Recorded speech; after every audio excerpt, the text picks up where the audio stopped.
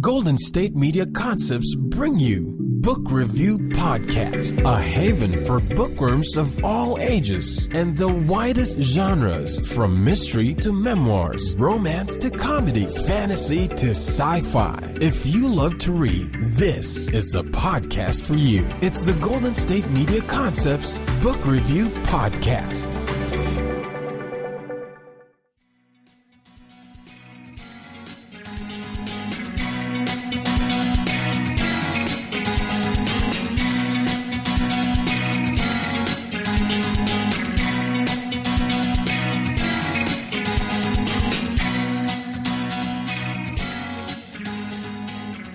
Hello and welcome to the GSMC Book Review Podcast, brought to you by the GSMC Podcast Network. I am your host, Sarah, and I am happy to be with you on this, for me, rainy Saturday. It never rains where I'm from in Northern California this time of year. It's crazy. Usually we get rain during the winter, and then around April it heats up to the 80s, and then we don't get rain until October or November, somewhere around there. I'm not complaining. The rain is awesome. It's just weird. So I hope that the weather where you are, and I have friends in Montana who said it snowed again, I think today. Not good. I mean, I guess if it's raining here, it makes sense that it's snowing there, but oh man, they've got to be so sick of snow. So if it's snowing where you are, my sincere and deepest apologies and sympathies to you. I'll take the rain any day over the snow. Anyway, I hope you're having a great weekend. And as you can see by the title of this episode, we're going to be talking about women solving murders. 2 women solving murders, first of all. And I have been listening to audiobooks, of course, on my commute. And I've been flipping back and forth lately between two different series. And at first glance, they don't really have anything in common. One takes place in England in the 1930s. One takes place in New York in the future. It's in the 2050s and 60s.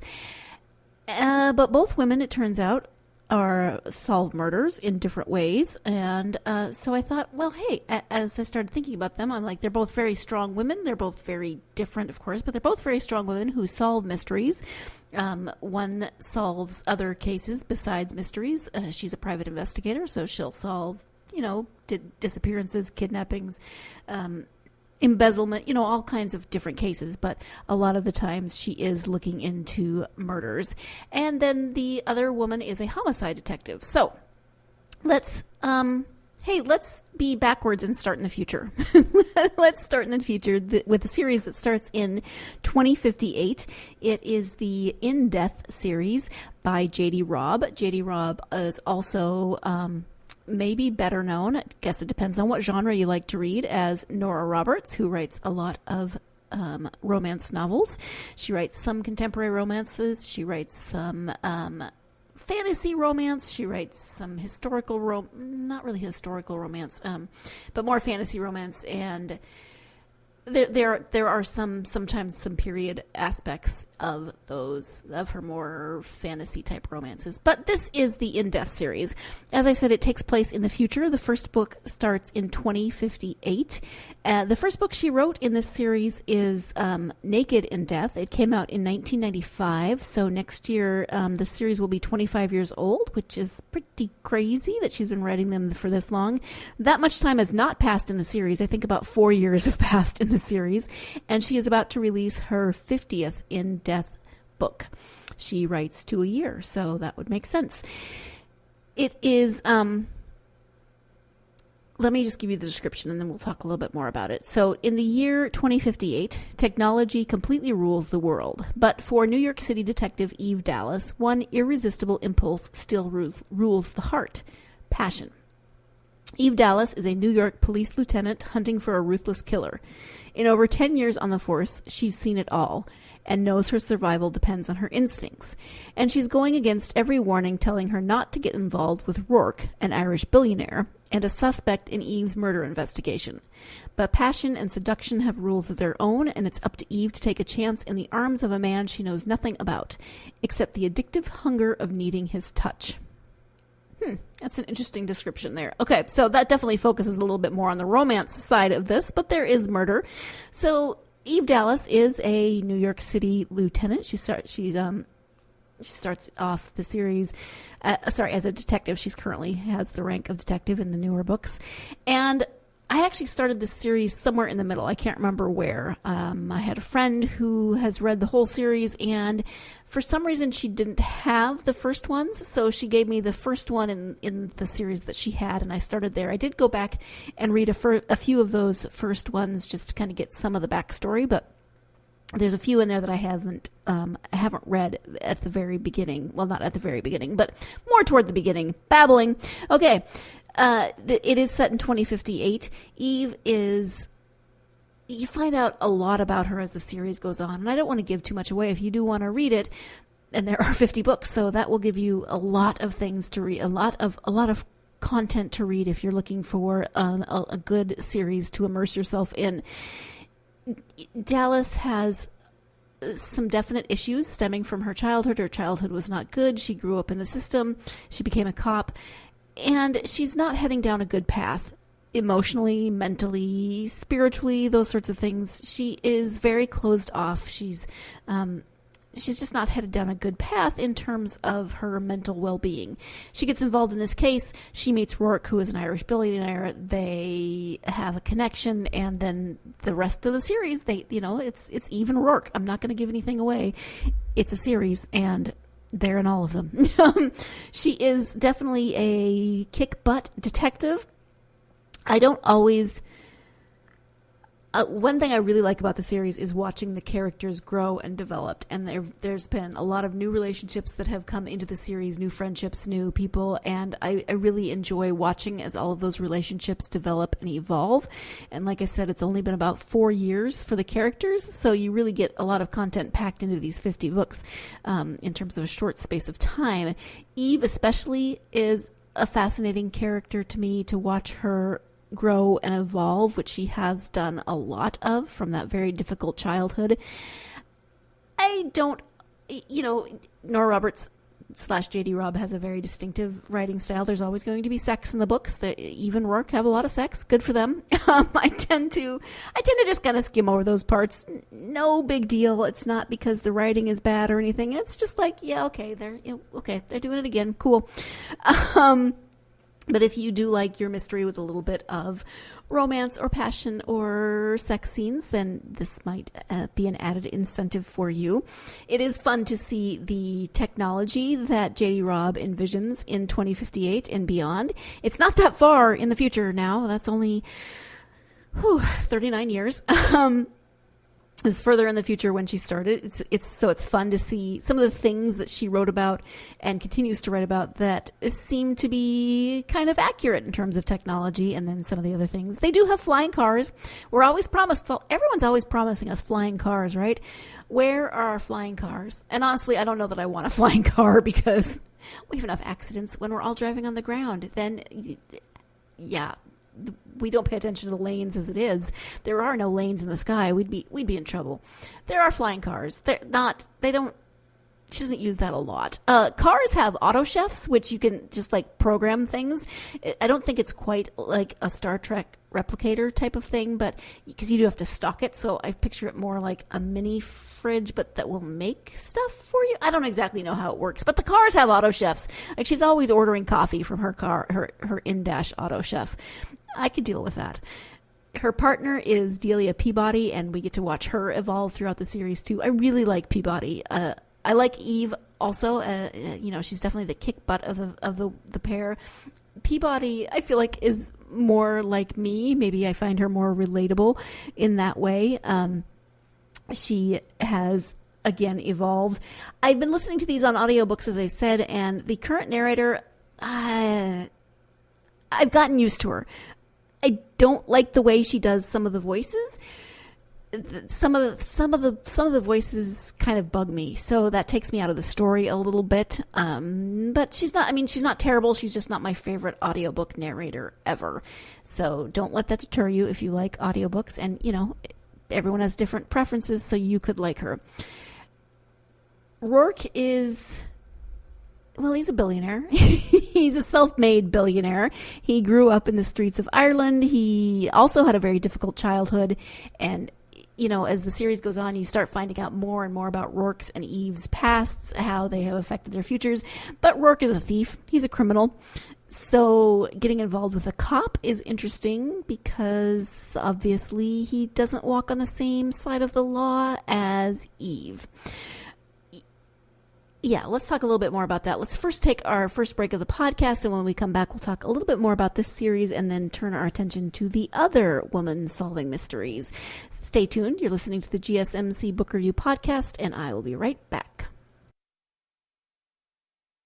Still on the search of that one true love? On the limbo in this crazy world of dating, marriage, relationships? Well, listen to the Golden State Media Concepts Relationship Podcast, your one-stop podcast for everything about relationships.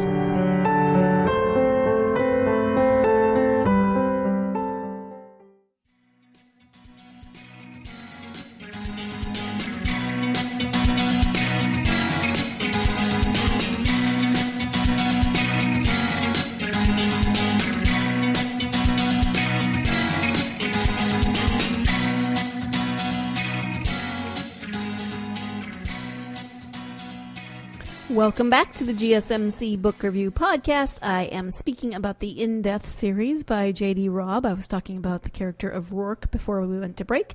As I said, Rourke is Irish. He's a billionaire, self-made billionaire. He is self-made in that he kind of illegally got himself there. I guess it's still self-made, isn't it? He is a thief. He's a hacker. He has all kinds of e-skills. And yeah, he's definitely the flip side to Eve's more rigid, follow the rules, law and order side, and they kind of bring each other balance in some ways. Rourke has to give up his illegal ways when he becomes involved with Eve.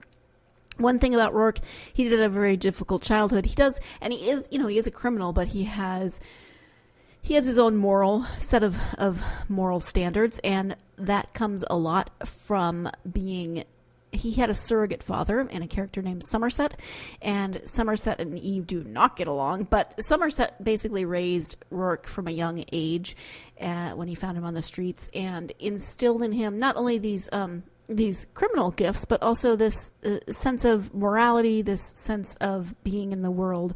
And Somerset is still with Rourke, and even after moving to New York, etc. And there's a lot of backstory there as well that Somerset has in terms of Somerset's family. But whereas Eve grew up pretty much alone, she was in a very abusive relationship with her father until the age of 8. And then she was pretty much on her own. So it made her very hard, very kind of out of touch with emotions in some ways, with relationships, very out of touch with relationships for sure. Rourke did have this father figure in Somerset, so that's another way they come to things in a different manner. And yeah, they balance each other well. I keep coming back to the books because I'm enjoying the character development and I'm enjoying watching how everything evolves. The technology is kind of fun and sometimes funny just to see where we may be in 30 to 40 years. I don't think all of it will come about, but that's the joy of reading books set in the future, is seeing what does and does not come about. The murders themselves, sometimes I find them more compelling than other times. They are, of course, a very large part of the plot, but for me, I come back to these books because of the character development, just seeing how things are evolving, seeing where they're going. I like Eve and Rourke as a couple. Eve is very literal. Sometimes she's always saying, taking common idioms or metaphors or cliches that people say all the time and saying, yes, but why is it this XYZ? And that often cracks me up. As I said, I like Peabody. I think I like Peabody the best. She's probably my favorite character, followed by the police profiler, counselor, psychologist, whatever you want to call her, Charlotte Mira. And she's in the books a lot, but we don't get her quite as much. we get a little more of Peabody's backstory and Peabody's relationships, etc. And watching Peabody interact with Eve, I think, is a lot of fun because she's definitely the anti-Eve. She's a lot more emotive. She grew up in a big loving family. She's what's called a free ager, which sounds maybe a little hippie-esque in some ways. She knits. She loves color. Eve wears a lot of black. So they're each other's foils, and I really like Peabody. So I come back for Peabody as much as I come back for Eve and for Rourke and for those stories. And the mysteries are fine. Eve always gets her man or woman or psycho cult or whatever it is that is behind the murders, which is one of the reasons that I like books like this because, there's evil and there's horrible things that happen, but there's always some justice that happens in the end, which is not how the world works. So that's why I turn to fiction a lot, and I appreciate that. So that is the In Death series by JD Robb. And, if you're looking for a murder mystery with a little passion and romance, with some humor set in the future, this is the series for you. Or if you're looking for a series that will keep you reading for a long time, just think about that. 50 books. The 50th is coming out this in November, I think, is when it's coming out. I could be wrong about that, but it will be forthcoming. I am almost caught up. I tend to get behind. She does write 2 a year, so I tend to get behind, and then I have been catching up now lately with the audiobooks, which has been very helpful. And actually, I kind of like storing them up and then reading several at once or listening to several at once because, if it's been a while since you've read a series, you can kind of forget certain details. And so when you listen to them in clumps, you get a little more continuity and you remember more. So that's the way I've been doing it. You can do it however you want. My second woman solving murders or solving mysteries is Maisie Dobbs. And I have talked about Maisie Dobbs on this podcast before. In fact, she was one of the characters in book series that I talked about in my very first podcast 1 million years ago. It wasn't that long ago. It was only like 2 years, but some days it feels like 1 million and some days it feels like yesterday. Maisie Dobbs is a psychologist and investigator. That's what her business cards say.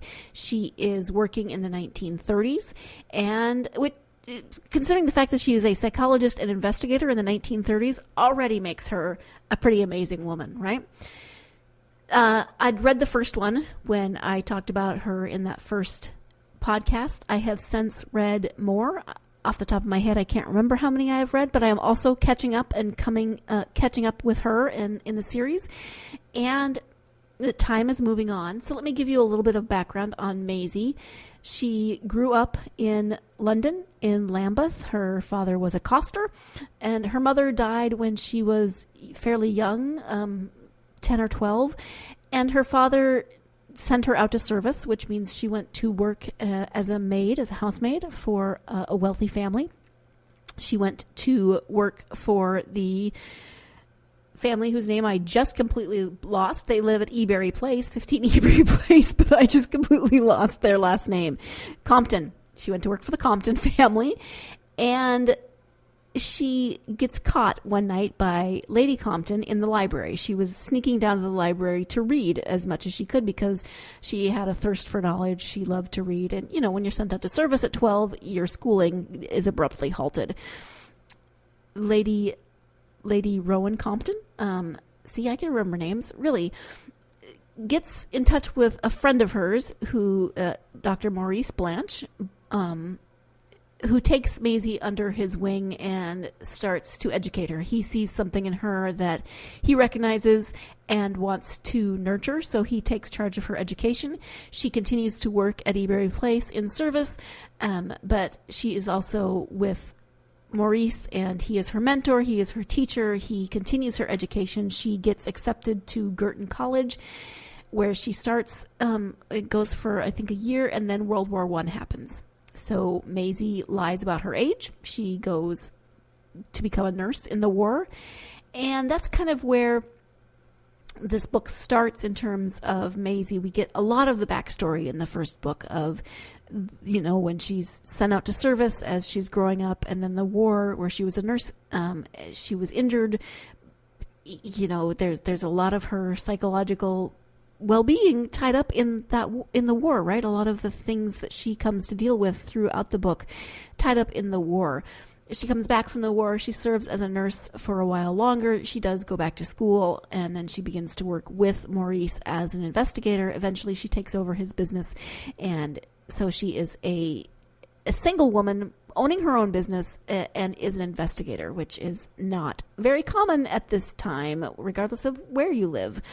So we're going to talk more about Maisie in just a few minutes. We are going to take our second break, so stay tuned. You're listening to the GSMC Book Review Podcast, and I will be right back. Tired of searching the vast jungle of podcasts? Now listen close and hear this out. There's a podcast network that covers just about everything that you've been searching. The Golden State Media Concepts Podcast Network is here. Nothing less than a podcast bliss with endless hours of podcast coverage. From news, sports, music, fashion, cooking, entertainment, fantasy, football, and so much more. So stop lurking around and go straight out to the Golden State Media Concepts Podcast Network. Guaranteed to fill that podcast itch. Whatever it may be, visit us at www.gsmcpodcast.com. Follow us on Facebook and Twitter, and download us on iTunes, SoundCloud, and Google Play.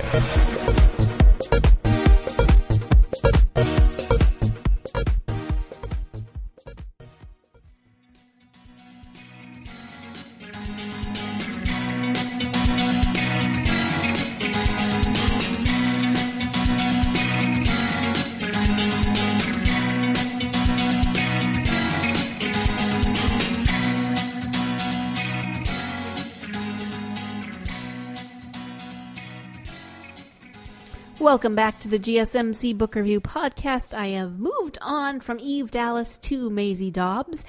And, both women who solve murders, both women whose last name starts with D. See, they have more in common than you would think. So it is 1930s England. We've backtracked a little in Maisie's backstory, learning how she was sent out to service, received education, became a nurse and was involved as a nurse in World War I, came back from World War I, eventually took over the business from her mentor, Maurice Blanche. And so we encounter Maisie after she's taken over the business. She is still new at running the business by herself. Maurice is retired. He's still in touch with her, and she still consults with him on cases, but it's now her business. And so we get this woman who is really interesting in a number of ways. First off, she has kind of ascended above her class, and of course there's still more, classism at this point. And she was the daughter of a costermonger. Her mother died at a young age. She was sent into service, so that sets a specific trajectory for a young woman during this time, and she changes that trajectory. Lady Rowan Compton, Maurice Blanche help her change that trajectory. She receives an education, and now she is a business owner. She's a single woman, which is a little unusual in itself. She's not married. She could be considered a spinster. And she owns her own business, and she solves cases. So she's definitely different in a lot of ways. As the book goes on, her emotional arc, I'm a little more invested in the cases with Maisie, because there's always so many layers and so many there's such depth to the stories as we learn about the people involved, and as Maisie learns about the people involved, and we as readers then of course learn about them. So I'm a little more invested in these cases than in the murders in Death, but I'm really invested again in the character arcs, in the relationships that are formed. I want to know what happens to Maisie. Later in the series, she does date some, which again I'm fascinated by, because this is the 30s, and you're not really supposed to just you're supposed to date and court and get married, right? And so she dates and courts and so far hasn't gotten married. I'm not done with the series, but she dated one man and they did not get together, and now she's dating another, and I don't want to give too much away, but she's definitely bucking tradition in a lot of ways, and I just love that about her. There's part of me that's like, oh, Maisie, I want you to get married, but only because she doesn't need to get married, but I do want her to be happy, and she doesn't have to get married to be happy, but I want her to be content, and if that's being a single business owner, cool, but there's also a little part of me that wants the current relationship she's in to work out in some way. Anyway, so she, in a lot of ways, transcends class, and she owns her own business. She eventually buys her own house, flat, maybe. It's a flat.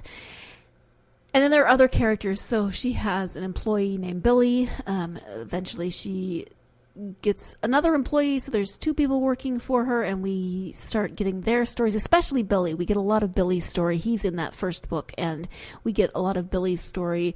Billy is married. He has a couple of kids. It turns out that Maisie was the nurse who helped save Billy's life in the war. So he has a strong sense of loyalty to her.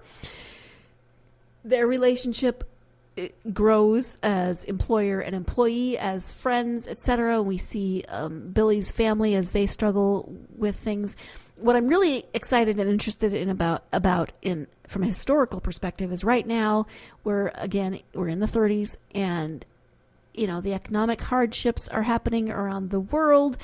We're in England, not North America, so we're not in the Depression in that sense, but there's still a depression going on in England. So it's fascinating for me to read about this time from a British perspective as opposed to from an American perspective. But also now we are coming up on the beginnings of World War II. Hitler has taken power in Germany, and Churchill was just introduced in the last book, and he's starting to rise to power or become prominent in England, and it's just fascinating to me. And if you've listened to the podcast, that I do have a fondness for World War II novels.